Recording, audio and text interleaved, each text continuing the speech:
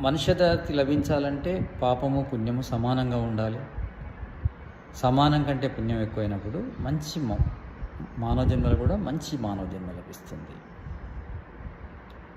ఎక్కువ సుఖమున్న మానవ జన్మ అంటే మంచి శరీరము, మంచి మెదడు గల మంచి కుటుంబము, మంచి తల్లిదండ్రులు, మంచి పరిసరాలు, మంచి ప్రాంతంలో జన్మిస్తారు. ఇక పాపం చేసుకున్నప్పుడు